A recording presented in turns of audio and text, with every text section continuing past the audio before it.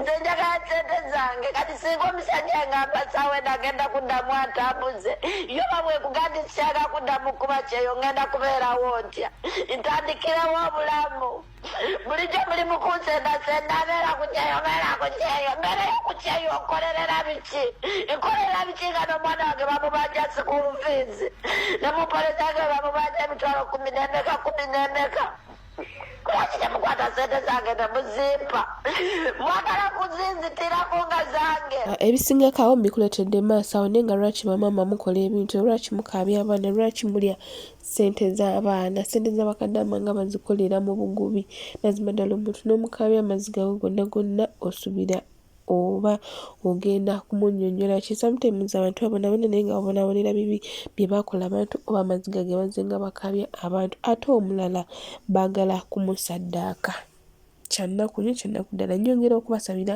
mwenamwena ba house managers abali mu nnyumba ez'enjawulo oba n'ebirala saba katonda abateeka obukuumi basaasire mukome obulungi nga muli balamu naye nga mwasuze mutamu simutamu n'abalungi abampuliriza Channel Media Call subscribe for more updates like share and comment tolabina okunyinga notification bell obenga notified mnetekawo video empya jana airport pickup nyongera bakubiriza nyongera bajjukisa mujye tutambule ffenna ng'ebino gikyali wansi ddala muneesige batambuze ku layisi jangu whatsapp tuteese tuba tetusobola kulemererwa enamba yaffe 0704 40 440 katweyongereyo Mukwano kaddamu ono mama yamulidde ssente miliyoni 48 naye omwana ono ali mu maziga nengumba ekyo nekigumira gwe buli afuna ekizibu nakutuukirako nze kasikola olabira ddala nga ndi kasasiro sirina mugaso nozikwata zonna nozikukumbulayo nozikwata noziteeka wano oba bwoziteeka mubaana bo bwoziteeka luddawa gwe wali oyogerako nange noga nange sente zooka zikola emikino oba gwokola bukozi bikutwala mu maaso babo mumakomerera yenze babo bikyo nga mbagumpa amagoba miliyoni 2 zinyamba ki nze njagala sente zange kati singa omusajja ngamba sawe nagenda kuddamu atambuze yo bamwe kugandi sikyala kuddamu kuba kyeyo ngenda kubeerawo ntya ntandikirewo obulamu bulijjo muli mukunsendasenda abeera ku kyeyo mbeereyo ku kyeyo nkolerera biki nga n'omwana wange bamubanja school fees ne mupolisange bamubanja emitwalo 10 lwaki temukwata sente zange nemuzimpa mwagala kuzinzitirako nga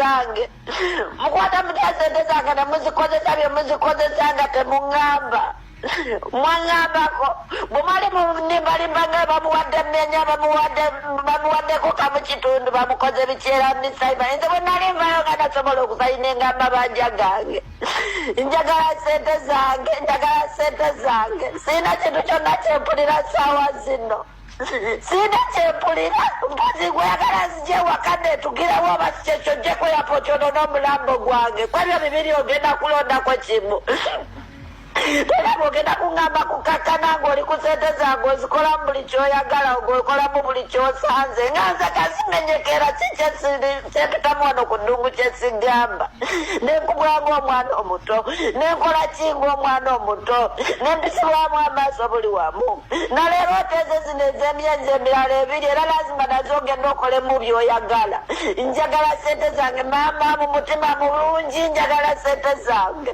kuba bwe nali nzikuwa nze sagambako nti maama tandika wejalabye kozesaamu zino tolina kunneebuuzako gwozikola nga sente ezazimenyekera wano ku ddungu nekaliza emyaka emeka nga ndi wano ku ddungu lwaki temumpa sente zange mumpe sente zange njagala sente zange singa esaawe ne bamudipootinga ne bamuze mugenda kuŋŋamba ki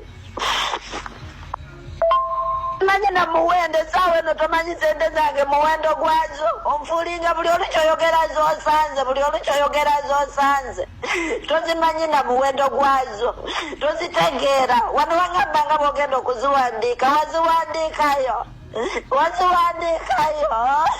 naye amazima omuntu yeesigaani bamaama oba nammwe mukola we mutyo omuntu yeesigaani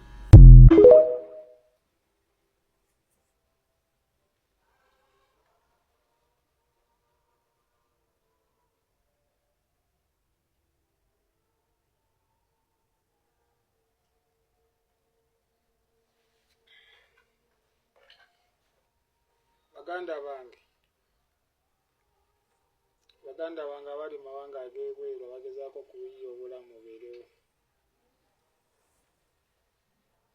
Mwesiga abantu bannange naye akasente kamwe nga bakamalawo.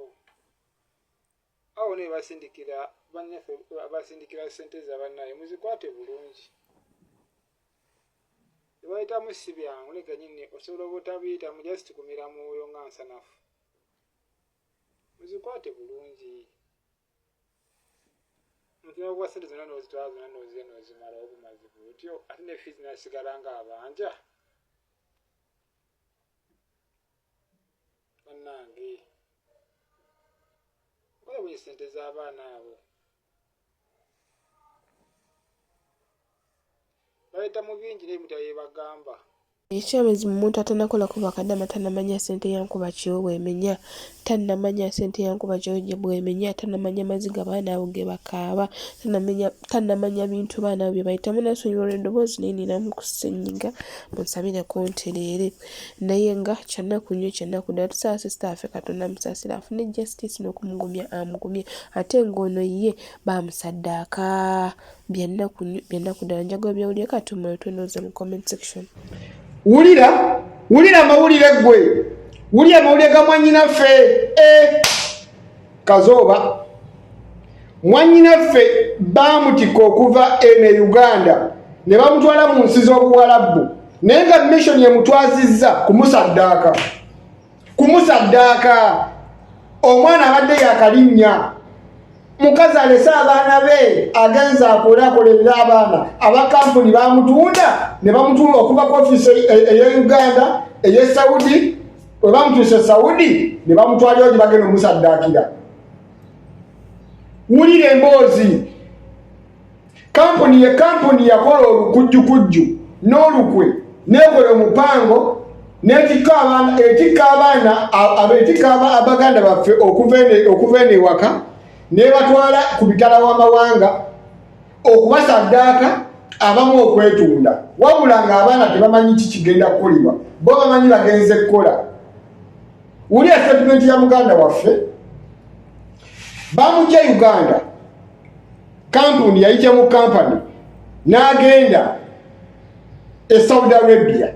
Atuuka e Saudi Arabia asanga atuuka mu kampani emujjawo emutwala we bagenda basaddaakira.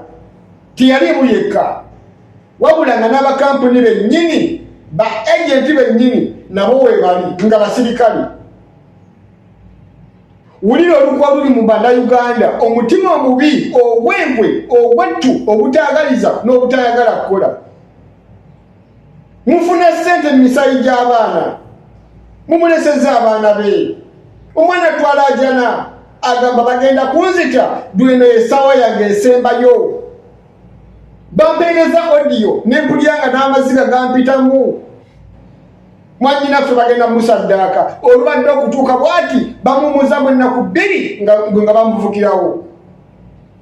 Era mugenda wulira engwagwayo ng'abasirikale bamugamba genda yingira munda nga bamutuusizze bagenda okumusaddaakira nga buli kimu kiwedde, nga n'abakoze omupango bonna bamanyi. Era nga mugamba gwe nkumanyi nga mugamba sikumanyi, gwe nkumanyi amugamba sikumanyi. Bannange kino kisusse, saddaaka zisusse. Abasinga abantu kampuni ezisinga zitwala bannyinaffe nga baba batutenga saddaaka mu maka g'Abawarabu okubawangiramu amajiini. Era bagenda bakutwala basooka kusaba kifaananyi namanya go bo basooke bakebere balabe oba ejjiini likusiimye. Ejjiini bwe likusiima nga balyoka bakutwala. Yensonga lwaki babakozesa zi vidiyo nga tolina bakusimbula nti okola interview. Mubeere beegendereza nnyo banne, that's why nze mbagamba buli muntu yenna nga wawaŋŋanguka oteekeddwa okuba n'ennamba yange mu ssimu. Abasinga mujjaga temumanyi nsonga kye batwazizza. Abasinga mugenda nga babatutte mu bufumbo. Ng'Omuwarabu agambye kampani njagalayo omukazi gwe ŋŋenda okuwasa nga muddugavu ne basobola ne bakulonda. ne bamulaga video ntirondako n'agamba nnonze ono. Kyova bagamba mukole video kyuka tambula kola bwoti nga baagala kulaba figa ya muntu oli alonde kyalonda ng'omuntu gw'alonda amumanyi. Abamu n'okubapima babapima n'agamba nti olina kilo mmeka? Nina kilo 6 gwegenda. Bwe bakusanga olina kilo nnyingi abasinga babazira. Kyova olaba abaana abanene tebatera kwanguwa kutambula. Kampuni zirina ddiiru nnyingi nnyo ze zikola mu bannyinaffe. Kampuni zikola ddiiru nnene nnyo mu kutugumbula bannyinaffe bo bafune ssente. Ba-agenti bakutula ddiiru nnyingi nnyo ku musayi gwa bannyinaffe mu bannyinaffe bo bakole ssente. Bw'owulya esitole y'omwana ono ekkaadi y'amaziga ate nga kampuni bagisasula ng'omuntu bagenda muwaayo nga saddaaka. Babasaddaka ne bajjamu ebitundu eby'omunda. Kyova olaba bagamba nga tonnaba kugenda osooka kukola medical wano e Uganda. Kyokka n'otuuka n'eri ne bakozesa medical. Era kasita medical ogibwa tebakutwala. Wano wembuuliza bannayuganda abali mu bitu ebiti mulina emitima emisaasizi, mulina abaana n'okwata omwana wa munno mutunuulire mukazi mukozi azatuyanira abaana be.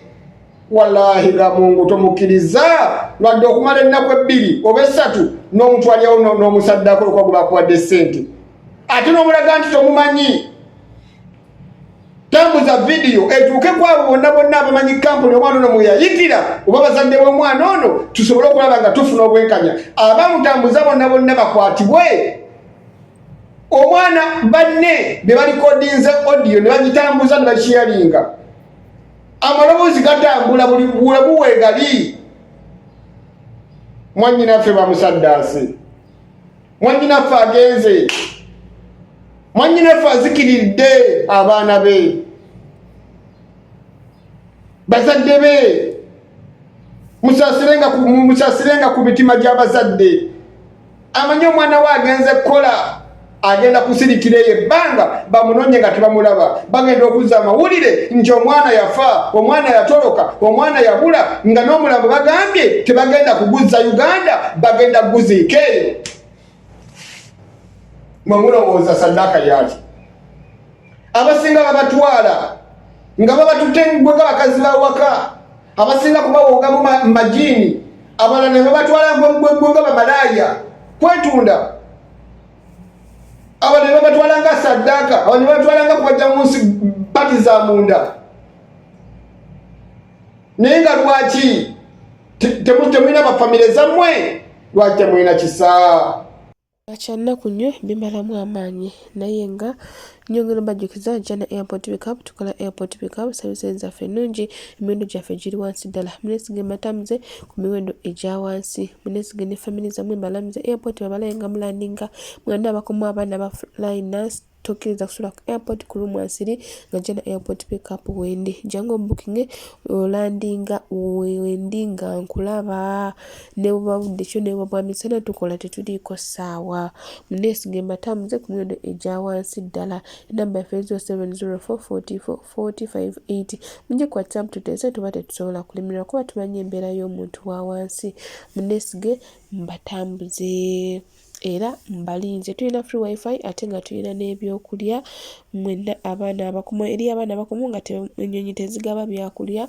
Munnange zijja na airport pickup ebyo twabimaladde twabisortinga. Ocha media ko channel subscribe for more updates.